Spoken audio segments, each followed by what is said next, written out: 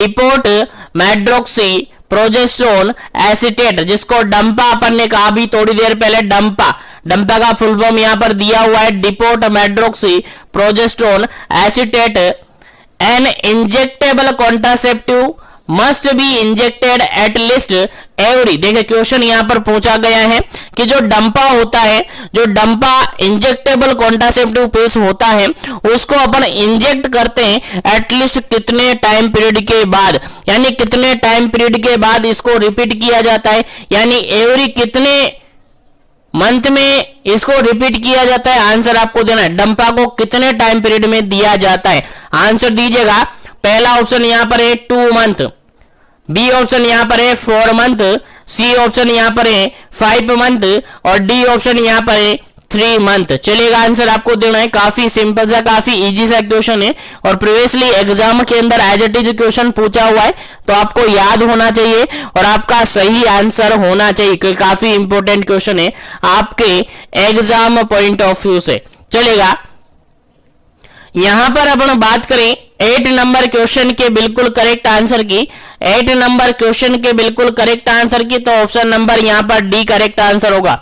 Option number D यहां पर correct answer होगा, क्योंकि जो डंपा है उसको एवरी 3 मंथ दिया जाता है, डंपा को एवरी 3 मंथ दिया जाता है। याद रखेगा, डंपा को एवरी 3 मंथ, हर 3 महीने में डंपा का इंजेक्शन दिया जाता है। याद रखेगा, हर 3 महीने में इसको क्या किया जाता है, रिपीट किया जाता है। चलेगा, उम्मीद है समझ में आ गया है। तो आगे बढ़ते हैं बढ़ो नेक्स्ट क्वेश्चन पर। चलेगा, नेक्स्ट क्वेश्चन आपके सामने सिंपल सा क्वेश्चन है, 9 नंबर क्वेश्चन, सिंपल सा क्वेश्चन पूछा गया है। Full form of MMA, MMA का फुल फॉर्म आपसे पूछा गया है। काफी सिंपल सा क्वेश्चन है, उम्मीद है सभी को याद होगा, क्योंकि काफी बार हम इस क्वेश्चन को डिस्कस कर चुके हैं और मैंने कहा भी है ये क्वेश्चन आपके एग्जाम पॉइंट ऑफ व्यू से काफी इंपॉर्टेंट है। चलेगा, medical method of abortion, second option है medication method of abortion, third option है मेडिकल मेडिकेशन ऑफ अबॉर्शन और फोर्थ ऑप्शन है नन ऑफ दी अबव। अब देखिएगा, कंफ्यूजन हो सकता है आपके माइंड में, क्योंकि सारे ऑप्शन, तीनों ऑप्शन एक जैसे। नन ऑफ दी अबव को मैं हटा देता हूं, इसको मैं हटा देता हूं। अब 3 ऑप्शन आपके सामने, 3 ऑप्शन में से आपको आंसर देना है, क्या इसका करेक्ट आंसर होगा। MMA का फुल फॉर्म आपको देना है और MMA का फुल फॉर्म आपको बताना है। काफी सिंपल सा क्वेश्चन है, बट थोड़ा सा कंफ्यूजन हो सकता है, लेकिन सोच समझकर आंसर दीजिएगा। काफी इंपॉर्टेंट क्वेश्चन है आपके एग्जाम पॉइंट ऑफ व्यू से। चलेगा, यहां पर बात अपन करें तो यहां पर ए ऑप्शन बिल्कुल करेक्ट आंसर है, फर्स्ट ऑप्शन बिल्कुल करेक्ट आंसर है। क्या है सर, MMA बोले तो medical method of abortion, medication नहीं है जी, मेडिकेशन नहीं है जी, बिल्कुल क्या है जी, मेडिकल मेथड ऑफ अबॉर्शन है। बिल्कुल सिंपल सा नाम है, मेडिकल मेथड ऑफ अबॉर्शन। आप सबको पता है, काफी अच्छी तरीके से हमने प्रीवियसली सेशंस के अंदर डिस्कस किया है। तो जो भी प्रीवियसली सेशन अवेलेबल करवाए हुए हैं वो सारे सेशन जरूर से देखिएगा। अगर आप CHO की प्रिपरेशन कर रहे हैं, CHO की प्रिपरेशन कर रहे हैं, तो जीवन एजुकेशन का हर सेशन आपके लिए इंपॉर्टेंट है और हर सेशन से आपके एग्जाम में क्वेश्चन पूछा जाएगा। इसीलिए सभी सेशन को विजिट करते रहिए जैसे टाइम मिलता रहे। और मैं कह दूं अगर आपने 3 महीने तरीके से तैयारी कर लिए, जीवन एजुकेशन के साथ मिलकर तैयारी कर लिए, तो 100% गारंटी के साथ मैं बता दूं आपका सिलेक्शन श्योर है। आने वाली एग्जाम आपके लिए बिल्कुल सेफ है और आपके हाथ में, लेकिन ईमानदारी से तैयारी करनी पड़ेगी आपको। केवल 3 महीने की बात है, ज्यादा नहीं बोल रहा मैं, केवल 3 महीने आपको पढ़ना है।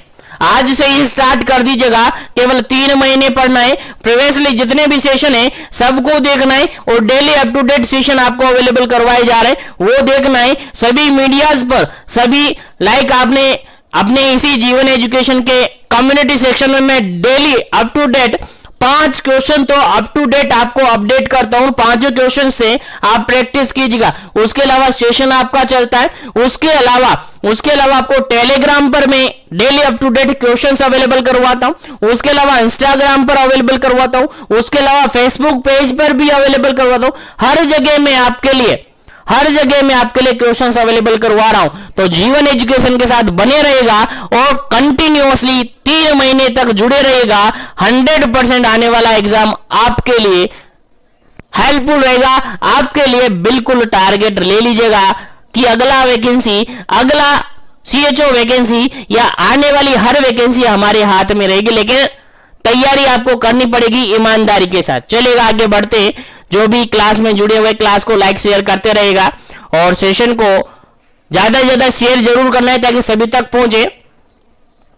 चलेगा, नेक्स्ट क्वेश्चन की बात करते हैं। नेक्स्ट क्वेश्चन आपका 10 नंबर क्वेश्चन है। सिंपल सा क्वेश्चन आपसे पूछा गया है।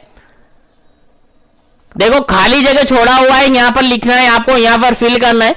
Of iron and folic acid should be given to the women undergoing the MMA process. देखिएगा, एक लेडी है जो कि MMA प्रोसेस से निकली हुई है, यानी एक लेडी जिसके अंदर MMA प्रोसीजर किया हुआ है। MMA बोले तो sir medical method of abortion किया हुआ है। अब मेडिकल मेथड ऑफ अबॉर्शन किया हुआ है तो उस लेडी को आप कितनी आयरन एंड फोलिक एसिड की टैबलेट देंगे? सिंपल सा क्वेश्चन है, आपके एग्जाम में पूछा जा सकता है।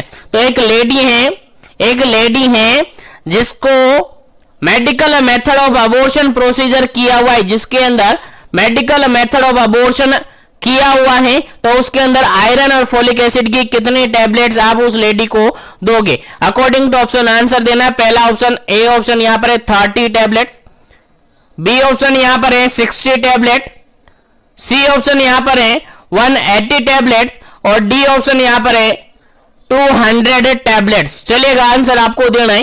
क्या इसका करेक्ट आंसर होगा? 10 नंबर क्वेश्चन का करेक्ट आंसर आपको देना है। क्या इसका करेक्ट आंसर होगा? कितनी टैबलेट आप उस लेडी को दोगे जिस लेडी के अंदर MMA medical method of abortion procedure किया हुआ है? तो आप सबको याद रखना है, इस लेडी को हम 6 मंथ तक, कब तक सर? 6 मंथ तक क्या करते हैं सर? आयरन फोलिक एसिड की टैबलेट देते हैं और 6 मंथ बोले तो 180 टैबलेट उसको देंगे, डेली टैबलेट देंगे और 180 दिन तक अपन टैबलेट दे देंगे, यानी 6 महीने तक उसको टैबलेट देते हैं। सिंगल टैबलेट देते हैं 6 महीने तक, यानी पूरे 180 टैबलेट उसको दी जाती। कितनी? 180 टैबलेट उसको दी जाती है। उम्मीद है यहां तक सभी क्वेश्चन आपको समझ में आ रहे होंगे। चलिएगा, आगे बढ़ते हैं नेक्स्ट क्वेश्चन पर। नेक्स्ट क्वेश्चन आपके सामने काफी इंपॉर्टेंट है, देखिएगा। 11 नंबर क्वेश्चन क्या कहता है, देखिएगा, समझिएगा। The birth weight of a baby 888। देखिए, सिंपल सा क्वेश्चन यहां पर पूछा गया है कि एक बेबी है जिसका एट बर्थ जो भी वेट था वो अब 3 गुना हो गया है। अब वो 3 गुना हो गया है, तो बताओ कि उस बेबी की एज क्या होगी? सिंपल सा पूछा गया है कि बेबी का जो बर्थ वेट है 3 गुना किस एज में हो जाता है। और आपने अच्छी तरीके से पढ़ा होगा ग्रोथ एंड डेवलपमेंट के अंदर, और मैं बता दूं ग्रोथ एंड डेवलपमेंट से डेफिनेटली आपके एग्जाम में क्वेश्चन आएगा, चाहे वो किसी भी तरीके से कहीं से भी आ जाएगा। सारे क्वेश्चंस आपको कवर करके दे दिए जाएंगे, सारे क्वेश्चंस अवेलेबल करवाए जा रहे हैं, डेली अप टू डेट जुड़े रहिएगा। चलेगा, यहां पर आपसे सिंपल सा क्वेश्चन पूछा गया है कि एक बेबी है जिसका बर्थ वेट कितना था। जनरली बर्थ वेट कितना मानते हैं? पहली बात तो आपको ये याद होना चाहिए, जनरली बर्थ वेट आपको 2.5 kg से लेकर कितना 3.9 kg या 3.0 kg तक अपन जनरली मानते हैं। आप सबको याद होगा, जिसको याद नहीं है वो याद रखिएगा। एवरेज जो बर्थ वेट अपन मानते हैं एक बेबी का, एवरेज बर्थ वेट की बात करें तो 2.5 से लेकर 3.9 kg तक अपन नॉर्मली क्या करते हैं, एक बच्चे के अंदर बर्थ वेट मानते हैं। और अगर एवरेजन की बात अपन करें तो 3 kg अपन जनरली मान लेते हैं। कितना सर? 3 किलो का मान लेते हैं। अगर 2.5 से कम हो जाता है तो उसको LBW अपन कहते हैं। क्या कहते हैं, LBW अपन कहते हैं। पहले इस क्वेश्चन को डिस्कस कर लेते, फिर आगे डिस्कस करेंगे इससे रिगार्डेड। चलेगा, द बर्थ वेट ट्रिपल कब हो जाता है, ट्रिपल कब हो जाता है, तो आंसर दीजिएगा। एवरेज बर्थ वेट मैंने बता दिया कि 3 केजी अपन उसका मान लेते हैं। अब ट्रिपल मतलब कि 3 गुणा, यानी 3 मल्टीप्लाई बाय 3 यानी कि 9 किलो, 9 केजी का वो हो चुका है। तो किस एज के अंदर बेबी 9 केजी का हो जाएगा, किस एज के अंदर, अकॉर्डिंग टू ऑप्शन आपको आंसर देना है। चलेगा, पहला ऑप्शन यहां पर 9 मंथ में, सेकेंड ऑप्शन यहां पर 18 मंथ में, थर्ड ऑप्शन यहां पर 15 मंथ में, और फोर्थ ऑप्शन यहां पर 12 मंथ में। चलेगा, आंसर दीजिएगा। ट्रिपल की बात की गई है आपसे, किसकी, ट्रिपल, ट्रिपल वेट कब हो जाता है बेबी का। चलेगा, अगर यहां पर अपन बात करें करेक्ट आंसर की, तो आप सबको पता है एक बेबी का जो बर्थ वेट है वो 3 गुना यानी ट्रिपल हो जाता है 1 ईयर ऑफ एज के अंदर, यानी 12 मंथ के अंदर। 1 ईयर ऑफ एज के अंदर बेबी का जो वेट है 3 टाइम हो जाता है, यानी मल्टीप्लाई करें अपन 3 बार, यानी ट्रिपल हो जाता है। तो याद रखेगा 3 गुना कब हो जाता है सर, 1 साल के अंदर, यानी 1 ईयर के अंदर हो जाता है, यानी कि 12 मंथ के अंदर हो जाता है। तो याद रखेगा, मैं यहीं पर आपको डाटा बता देता हूं। याद रखेगा, इस क्वेश्चन का राइट आंसर क्या होगा सर, ऑप्शन नंबर डी होगा, 12 मंथ। कितना होगा सर, 12 मंथ बिल्कुल करेक्ट आंसर होगा इस क्वेश्चन का। चलेगा, अब यहीं पर मैं कुछ डाटा बता देता हूं। चलेगा, नॉर्मल अपन मानते हैं कि बेबी का average birth weight generally 3 KG, कितना मानते हैं सर, 3 केजी अपन मान लेते हैं। बाकी नॉर्मली अपन बात करें तो 2.5 से लेकर 3.9 केजी तक अपन नॉर्मल मानते हैं, और एवरेज माने तो कितना सर, 3 केजी अपन मान लेते हैं, 3 केजी 3 किलो का अपन मान लेते हैं एक नॉर्मल बेबी को। ठीक है, एट बर्थ वेट की बात करें। अब अपन बात करें कि बर्थ वेट कैसे कैसे बढ़ता है, कैसे कैसे बढ़ता है, तो आप देखिएगा बर्थ वेट की बात अपन करें, बर्थ वेट की बात अपन करें तो बेबी का मान के चलेगा 3 किलो का बेबी था।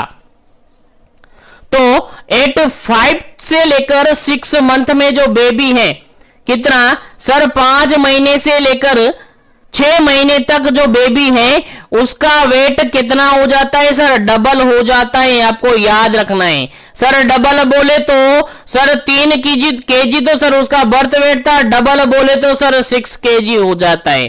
कितना सर, 6 केजी उसका बर्थ वेट हो जाता है। याद रखिएगा, डबल कब हो जाता है, काफी बार एग्जाम के अंदर पूछा गया है, आपको याद रखना है। बर्थ वेट डबल कब हो जाता है सर, 5 to 6 मंथ के अंदर। अब ऑप्शन में 5 मिले या 6 मिले, दोनों में से एक ऑप्शन आपको मिलेगा, दोनों में से कोई सा भी एक ऑप्शन आपको चूज करना है।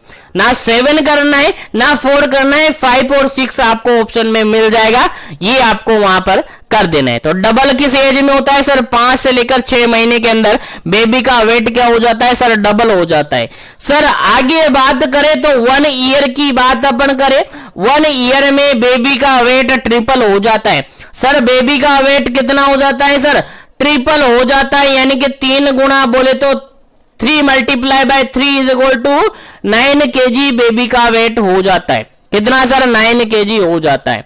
सर आगे बात करें, सर आगे बात करें 2 ईयर के अंदर बेबी का वेट कितना हो जाता है सर, 4 टाइम हो जाता है। 2 ईयर के अंदर बेबी का वेट सर 4 टाइम, सर 3 तो उसका बर्थ वेट है सर, 4 टाइम उसका हो गया, यानी कि 12 केजी बेबी का वेट हो जाता है। उसके बाद आगे बात करें अपन 3 ईयर की, आगे बात करें 3 ईयर की, तो बेबी का वेट 3 ईयर में हो जाता है आपका 5 टाइम। कितना सर, 3 ईयर में हो जाता है आपका 5 टाइम, यानी 3 तो उसका बर्थ वेट है और 5 टाइम हो जाता है, यानी कि 15 केजी हो जाता है सर। कितना सर, सर 15 केजी हो जाता है सर, आपको याद रखना है। उसके बाद अपन करें सर 5 ईयर के अंदर, 5 ईयर के अंदर बेबी का जो वेट है वो 6 टाइम हो जाता है सर। कितना सर, 6 टाइम हो जाता है, और 6 टाइम बोले तो अपन कहेंगे 3 केजी तो उसका बर्थ वेट है और 6 टाइम हो जाता है, मतलब कि 18 केजी उसका बर्थ वेट हो जाता है सर। उसके बाद बात करें 7 ईयर के अंदर, तो 7 ईयर के अंदर बेबी का वेट 7 टाइम हो जाता है सर। कितना सर 7 टाइम हो जाता है। 7 टाइम बोले तो 3 kg उसका बर्थ वेट, और 7 से मल्टीप्लाई करेंगे तो 21 kg का वेट उसका हो जाता है।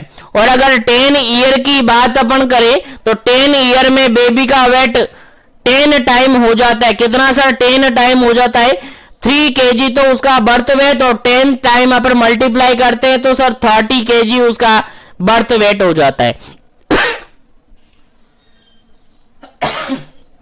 तो यहां पर हर लाइन आपके एग्जाम में पूछी जा सकती है, ठीक है। और अभी तक जो एग्जाम में पूछी जाती है बार बार, वो या तो डबल पूछी जाती है या ट्रिपल पूछी जाती है। तो हर चीज आपको याद होनी चाहिए। चलेगा, एक बार फिर से मैं रिपीट करवा देता हूं ताकि आपको याद हो जाए। चलेगा, जनरली बेबी का बर्थ वेट अपन मानते हैं सर 2.5 से लेकर 3.9 kg तक। अगर एवरेज माने तो 3 kg अपन जनरली मानते हैं, लेकिन अगर एग्जाम के अंदर क्वेश्चन आ जाता है तो इसी रेंज में मानना है। और इसमें से भी ज्यादातर आपको ऑप्शन में दिए जाते हैं सर 2.5 kg, ज्यादातर ऑप्शन में आपको दिया जाता है, यही आपको आंसर लगाना होता है। अब बात करें कि बेबी का वेट कैसे कैसे बढ़ता है, तो जब बेबी 5 से 6 महीने का होता है, 5 to 6 मंथ का होता है, तो बेबी का वेट क्या हो जाता है सर डबल हो जाता है। डबल बोले तो अपन नॉर्मल एवरेज मान लिए 3 kg, तो यहां पर 6 kg का बेबी हो जाता है। 1 ईयर की बात करें तो सर यहां ट्रिपल हो जाता है, बर्थ वेट का ट्रिपल वेट यहां पर हो जाता है, यानी 9 kg यहां पर हो जाता है। 2 ईयर की बात करें सर 4 टाइम हो जाता है, सर 4 टाइम बोले तो सर 12 kg यहां पर हो जाता है। सर 3 ईयर की बात करें तो सर 5 टाइम यहां पर हो जाता है, यानी 15 kg हो जाता है। उसके अलावा 5 ईयर की बात करें तो 6 टाइम हो जाता है सर, और 18 kg यहां पर हो जाता है। 7 ईयर की बात करते हो तो 7 टाइम हो जाता है, यानी 21 kg यहां पर हो जाता है। 10 टाइम की बात करें, 10 ईयर की बात करें तो 10 टाइम हो जाता है, यानी 30 kg यहां पर बर्थ वेट हो जाता है। तो यहां से आपको याद रखना है, अपने नोटबुक में मेंशन कर लीजिएगा या स्क्रीनशॉट ले लीजिएगा, आपके एग्जाम में डेफिनेटली यहां से क्वेश्चंस पूछा जाता है। तो याद रखिएगा, भूलना नहीं है, काफी इंपॉर्टेंट क्वेश्चन है आपके एग्जाम पॉइंट ऑफ व्यू से। चलेगा, मैं आगे बढ़ता हूं नेक्स्ट क्वेश्चन पर। और नेक्स्ट क्वेश्चन पर बढ़ने के साथ ही सेशन को ज्यादा से ज्यादा लाइक करें, शेयर करें, ताकि सभी तक पहुंचे और सभी बेनिफिट ले सके। चलेगा, नेक्स्ट क्वेश्चन आपका 12 नंबर क्वेश्चन है। 12 नंबर क्वेश्चन क्या पूछता है देखिएगा, सिंपल सा क्वेश्चन है। At the time of birth head circumference is about, देखिएगा क्वेश्चन पूछा गया है, एक बेबी जस्ट अभी बर्थ हुआ है, एक बेबी की जस्ट अभी डिलीवर्ड हुआ है, अभी बर्थ हुआ है बेबी का, तो आप उसका हेड सरकमफ्रेंस मान रहे हैं, हेड सरकमफ्रेंस मेजर कर रहे हैं, तो बताइएगा कि उसका हेड सरकमफ्रेंस कितना होगा। अकॉर्डिंग टू ऑप्शन आपको देना है, नॉर्मल बताना है। चलेगा, यहां पर कोई कंडीशन नहीं दी है, कोई कंडीशन नहीं दी है तो कंडीशन कैसी माननी है सर आपको, सर नॉर्मल माननी है। तो एट बर्थ में बेबी का हेड सरकमफ्रेंस क्या होता है, पहला ऑप्शन यहां पर ए ऑप्शन है 28 से लेकर 30 सेंटीमीटर, बी ऑप्शन है 30 से 32 सेंटीमीटर, सी ऑप्शन है 37 टू 40 सेंटीमीटर, और फोर्थ ऑप्शन है यहां पर डी ऑप्शन है 33 टू 35 सेंटीमीटर। चलिएगा, आंसर दीजिएगा क्या इसका करेक्ट आंसर होगा। जल्दीबाजी नहीं करनी है ऐसे क्वेश्चन के अंदर, क्योंकि आप जल्दीबाजी करेंगे तो आंसर गलत हो सकता है। यहां पर पूछा क्या है सर, हेड सरकमफ्रेंस पूछा है सर, HC पूछा है सर, हेड सरकमफ्रेंस आपसे पूछा है। और हेड सरकमफ्रेंस की अगर अपन बात करते हैं नॉर्मल की, हेड सरकमफ्रेंस की अगर नॉर्मल अपन बात करते हैं तो एट बर्थ जो हेड सरकमफ्रेंस होता है, एट बर्थ जो हेड सरकमफ्रेंस होता है वो कितना होता है सर, ऑप्शन नंबर डी यहां पर करेक्ट आंसर है। 33 से लेकर 35 सेंटीमीटर होता है। कितना होता है सर, 33 से लेकर 35 सेंटीमीटर होता है। ये नॉर्मल रेंज है, आपको याद रखनी है। हेड सरकमफ्रेंस की बात की जाए तो 30 से लेकर 35, 33 से लेकर 35, 33 से लेकर 35 सेंटीमीटर यहां पर होती है। अब आप कहेंगे कि अगर बेबी का जो हेड सरकमफ्रेंस है अगर कम है तो अपन उसको क्या कहेंगे? सर बेबी का अगर हेड सरकमफ्रेंस अगर 33 सेंटीमीटर से कम है तो उस कंडीशन को अपन कहते हैं सर माइक्रोसिफेली। क्या कहते हैं सर? माइक्रोसिफेली अपन उसको कहते हैं। याद रखिएगा, आपके एग्जाम में पूछा जा सकता है। सर अगर बेबी का हेड सरकमफ्रेंस 35 से ज्यादा हुआ तो सर 35 से अगर ज्यादा सेंटीमीटर होगा, 35 से ज्यादा होगा तो सर उसको मैक्रोसिफेली अपन कहेंगे। क्या कहेंगे सर? मैक्रोसिफेली अपन उसको कहेंगे। तो याद रखिएगा। और जनरली मैक्रोसिफेली देखने को मिलता है सर हाइड्रोसिफेलस के अंदर, हाइड्रोसिफेलस के अंदर देखने को मिलता है। याद रखिएगा, क्वेश्चन आपसे पूछा हुआ है सर एक बेबी का जो हेड सरकमफ्रेंस है 35 से ज्यादा है तो उसको मैक्रोसिफेली अपन करें। यानी मैक्रोसिफेली कोई बेबी है तो उसका मोस्ट कॉमन कारण क्या होता है? मोस्ट कॉमन कोज क्या माना जाता है? जनरली सर हाइड्रोसिफेलस के अंदर मैक्रोसिफेली देखने को मिलता है। सर माइक्रोसिफेली कहां पर देखने को मिलेगा? सर जो माल न्यूट्रिशन होता है, माल न्यूट्रिशन की बात करते, कुपोषण की बात करते तो सर वहां पर आपका माइक्रोसिफेली देखने को मिलता है। यानी हेड सरकमफ्रेंस 33 सेंटीमीटर से भी कम देखने को मिलता है। तो याद रखिएगा, यहां से भी आपके एग्जाम में क्वेश्चन पूछा जा सकता है, तो भूलना नहीं है। चलिएगा आगे बढ़ते हैं अपन नेक्स्ट क्वेश्चन पर। आगे बढ़ते हैं नेक्स्ट क्वेश्चन पर। उम्मीद है समझ में आ गया होगा, तो सेशन को लाइक शेयर करते रहेगा।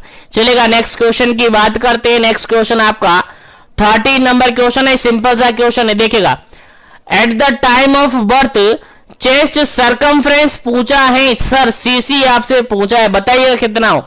नॉर्मल कंडीशन बताना है सर आपको, नॉर्मल कंडीशन का बताना है सर, ज्यादा नहीं बताना है। नॉर्मल कंडीशन में आपको सीसी पूछा है, यानी चेस्ट सरकमफ्रेंस पूछा है। क्या पूछा है सर? पहले वाले क्वेश्चन में हेड सरकमफ्रेंस पूछा था सर, इस क्वेश्चन में आपका चेस्ट सरकमफ्रेंस पूछा है। तो याद रखिएगा, डिफरेंस आपको याद रखना है। पहला ऑप्शन यहां पर देखिएगा 37 से 40 सेंटीमीटर, सेकंड ऑप्शन है 31 से 33 सेंटीमीटर, सी ऑप्शन देखिएगा 28 से 30 सेंटीमीटर, और फोर्थ ऑप्शन है यहां पर 33 टू 35 सेंटीमीटर। चलिएगा आंसर दीजिएगा, क्या इसका करेक्ट आंसर होगा? जल्दी से अपना आंसर कमेंट कीजिएगा, क्या इसका करेक्ट आंसर होगा? देखिए क्वेश्चन समझ में आ गया ना? बिल्कुल, क्वेश्चन में ज्यादा कुछ है नहीं। क्वेश्चन सिंपल सा आपसे पूछा गया है, chest circumference at birth baby का चेस्ट सरकमफ्रेंस कितना होता है, आंसर देना है। अकॉर्डिंग टू ऑप्शन आपको आंसर देना है। चलेगा, देखिएगा यहां पर बात अपन करें तो ऑप्शन नंबर यहां पर बी बिल्कुल करेक्ट आंसर है। ऑप्शन नंबर बी बिल्कुल करेक्ट आंसर है। 31 से लेकर 33 सेंटीमीटर अपन इसको नॉर्मल मानते हैं। और चेस्ट सरकमफ्रेंस कितना होता है सर? 30 से लेकर 33 तक माना जाता है। 30 से लेकर 33 माना जाता है। या फिर यहां पर प्रायोरिटी की बात करें तो एक ऑप्शन आपके यहां पर दिया हुआ नहीं है। आपका जो हेड सरकमफ्रेंस होता है उससे 3 सेंटीमीटर लेस देन होता है। लेस देन 3 सेंटीमीटर किससे सर? हेड सरकमफ्रेंस है। जो हेड सरकमफ्रेंस होता है उससे 3 सेंटीमीटर कम होता है आपका चेस्ट सरकमफ्रेंस। याद रखिएगा, काफी इंपॉर्टेंट क्वेश्चन है।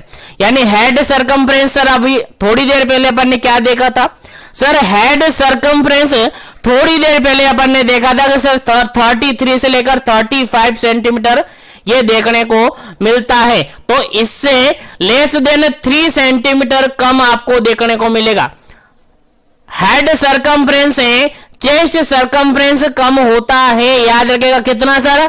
3 सेंटीमीटर का डिफरेंस होता है।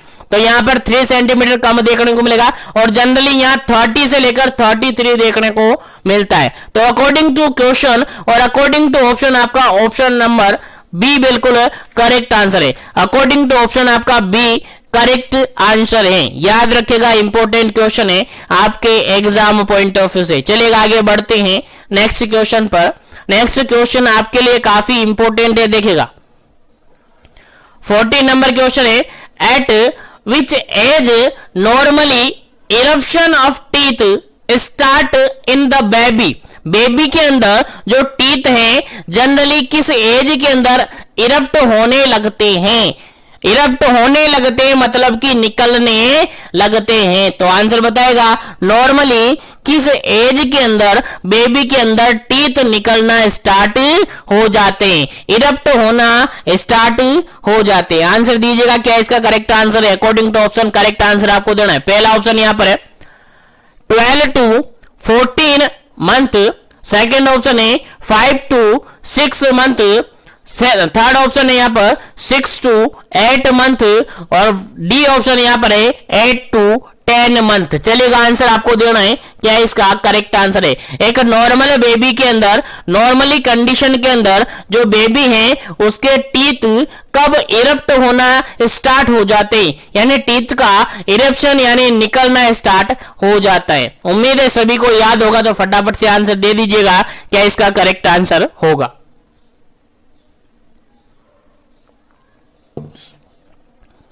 चलेगा, यहां पर करेक्ट आंसर की अपन बात करते तो option number C is correct answer. 6 to 8 month के अंदर नॉर्मल बेबी के अंदर जो टीथ हैं वो इरप्ट होना स्टार्ट कर देते हैं। तो याद रखिएगा 6 to 8 यहां पर करेक्ट आंसर है, ऑप्शन नंबर सी बिल्कुल करेक्ट आंसर है।